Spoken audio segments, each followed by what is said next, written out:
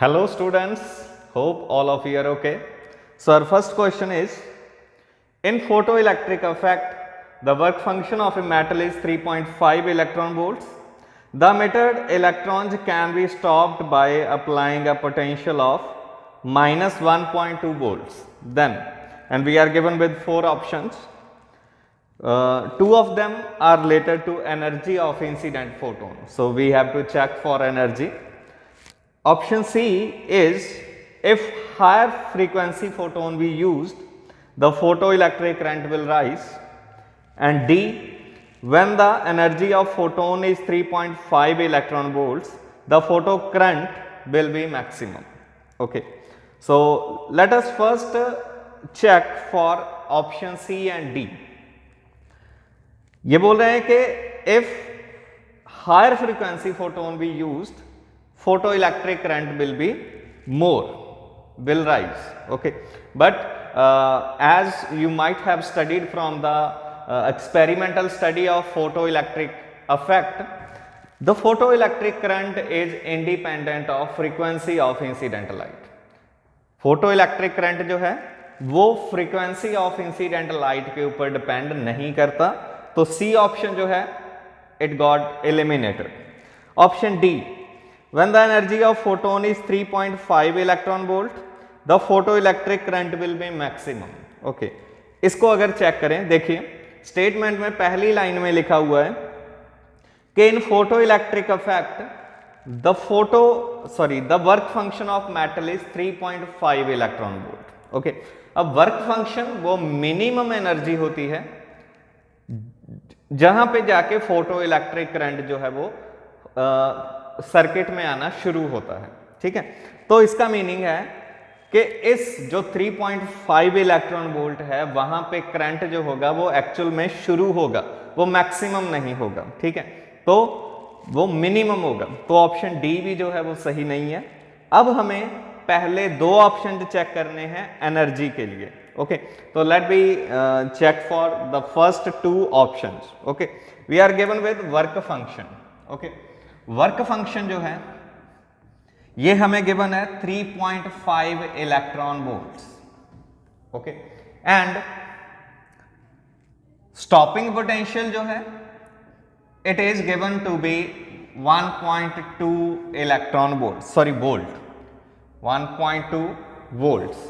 Okay, so energy, अब आपने Einstein जो फोटो इलेक्ट्रिक इक्वेशन पढ़ी होगी, क्या होती है आइंस्टाइन फोटो इलेक्ट्रिक इक्वेशन कि जो मैक्सिमम काइनेटिक एनर्जी है ये होती है equal to h nu minus phi not work function. Okay, so यहां से हमें एच न्यू फाइंड करना है. एक्चुअल में एच न्यू किसके इक्वल आएगा, E maximum plus phi naught. Okay, अब देखिए ई मैक्सिमम आपने पढ़ रखा होगा, ये होता है equal to E V naught plus phi naught. अब देखिए ई वी नॉट चाहिए हमें, वी नॉट की वैल्यू गिवन है, it is 1.2 volts. Okay, so charge के साथ मल्टीप्लाई करेंगे, इसको क्या लिखेंगे, E इंटू 1.2, ये क्या बन जाएगा 1.2 इलेक्ट्रॉन वोल्ट्स. ओके, क्योंकि देखिए ये पोटेंशियल है, वोल्ट्स में गिवन है, हमें एनर्जी चाहिए, एनर्जी इलेक्ट्रॉन वोल्ट्स में होती है. ओके, सो आपने from the definition of potential difference ये होता है equal to work done per unit charge. Charge को अगर हम ई रख दें, चार्ज को अगर हम ई ले लें तो यहां से वर्क डन आ जाएगा equal to E V. Okay, तो वर्क डन जो है यही स्टोर होगा in the form of kinetic energy. Okay, तो ये बन जाएगा E V naught. Okay, E की यूनिट ई होता है चार्ज वोल्ट. ठीक है, इलेक्ट्रॉन वोल्ट में कन्वर्ट हो गया ये, plus phi naught. Phi naught ये वाली वैल्यू कितनी है 3.5 इलेक्ट्रॉन वोल्ट्स. ओके, तो it comes out to be 4.7 electron volt. Okay, ये एच न्यू क्या है, ये एनर्जी होती है फोटोन की, इंसिडेंट फोटोन की ये एनर्जी है। ओके, तो ये आ रहा है हमारे पास आंसर। अब आप चेक कर सकते हैं कि ऑप्शन ए जो है ये यही सेम है, energy of incident photon is 4.7 electron volts. Okay, तो इसका आंसर है 4.7 electron volts. Hope it will clear your doubt. So coming to the next question, yes, next question is the stopping potential versus frequency plot of a substance is shown in figure, the threshold wavelength। हमें graph given है stopping potential और frequency के बीच में, हमें find करना है threshold wavelength की वैल्यू। ओके, तो देखिए काफी आसान सा क्वेश्चन है। यस, तो we are given with graph आप देख सकते हो, ऐसे गिवन है कुछ, हमें इधर को फ्रीक्वेंसी है और ये है 10⁻14 हर्ट्ज के साथ मल्टीप्लाइड। ओके, इधर को फ्रीक्वेंसी और इधर को है स्टॉपिंग पोटेंशियल। ओके, सो ग्राफ जो है वो कुछ इस तरह से बन रहा है, देखिए, ठीक है। यहां पे वैल्यूज गिवन है हमें 4, 5, 6, 7, 8। ओके, ऐसे ही ऊपर को 1, 2, ठीक है। हमें फाइंड करनी है थ्रेशोल्ड वेवलेंथ। थ्रेशोल्ड वेवलेंथ, अब आपने थ्रेशोल्ड फ्रीक्वेंसी पढ़ी होगी। थ्रेशोल्ड फ्रीक्वेंसी क्या होती है? ये वो फ्रीक्वेंसी होती है, this is the minimum frequency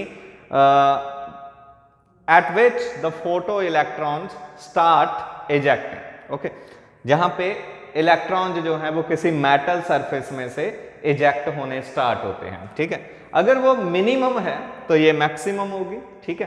तो यहां पे देखिए, जो स्टॉपिंग पोटेंशियल की वैल्यू आनी शुरू हुई है वो इस 5 के बाद आनी शुरू हुई है, इससे पहले वो 0 थी, ठीक है। तो यहां पे 5 पे पोटेंशियल जो है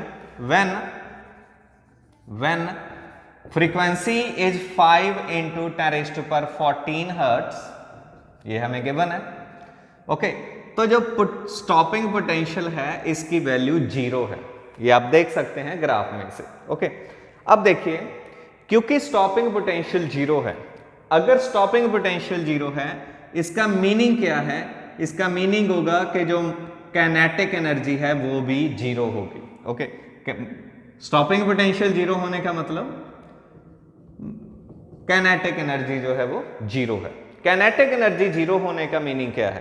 कि कोई भी इलेक्ट्रॉन जो हैं वो इजेक्ट नहीं हुए हैं। अगर इलेक्ट्रॉन इजेक्ट आउट होते तो उनकी कुछ ना कुछ काइनेटिक एनर्जी जो थी वो होनी चाहिए थी। ओके, सो इसका मीनिंग क्या है कि ये वाली फ्रीक्वेंसी जहां पे जाकर के स्टॉपिंग पोटेंशियल की कुछ वैल्यू आनी शुरू हुई है, ये एक्चुअल में क्या है?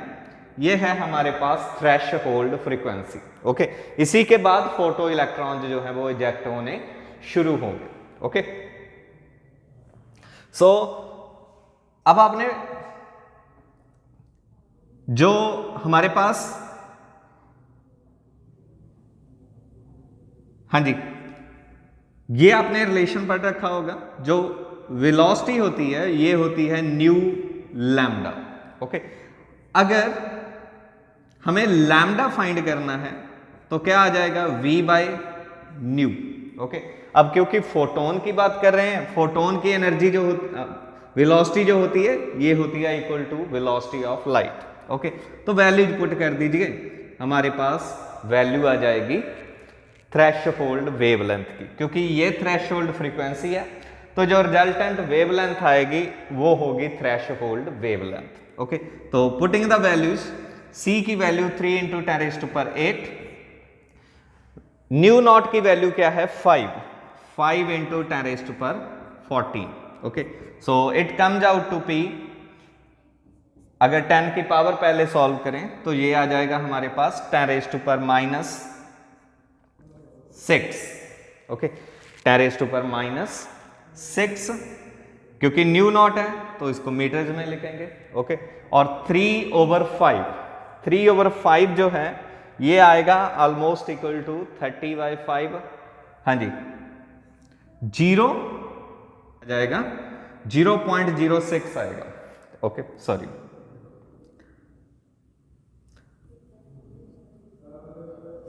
तो इसको हम लिख सकते हैं 6000 एंगस्ट्रॉम, क्योंकि एंगस्ट्रॉम जो है ये होता है 10⁻⁻10 मीटर्स, ओके। तो इसका जो आंसर आएगा that is option B, okay. I hope this will clear your doubt regarding this question, okay. Coming to the next question. Next question is a graph, related to a graph, okay. So we are given with which of the plots shown in figure represent speed of electron in hydrogen atom as a function of principal quantum number, okay. So we are given with 4 curves actually, A, B, C and D, as you can see on your screen, okay. So we have to identify the curve which represents the variation of speed of electron in hydrogen atom with principal quantum number, okay. I hope you already have studied the Bohr's model of atom, okay.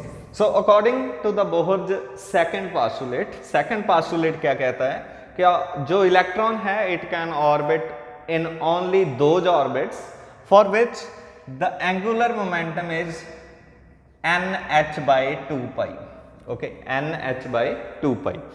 So from here L हमें पता है कि ये होता है equal to mvr, okay, you have studied it in your +1 class, nh/2 pi, okay. So from here v is equal to nh/2 pi mr, okay. Putting the value of Bohr's radius in this formula, r क्या होता है, Bohr's radius, this is equal to n square h square by 4 pi square k g m e square, okay.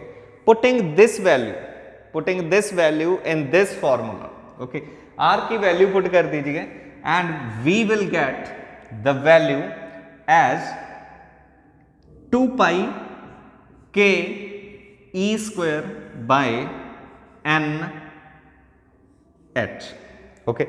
So this is the value of velocity of electron in hydrogen atom, okay. And from this formula it is clear that V is inversely proportional to principal quantum number, okay. According to the inversely proportionality relation, curve A will represent the variation of V with principal quantum number, okay. So hope this will clear your doubt regarding this question. Thank you. Thanks for watching.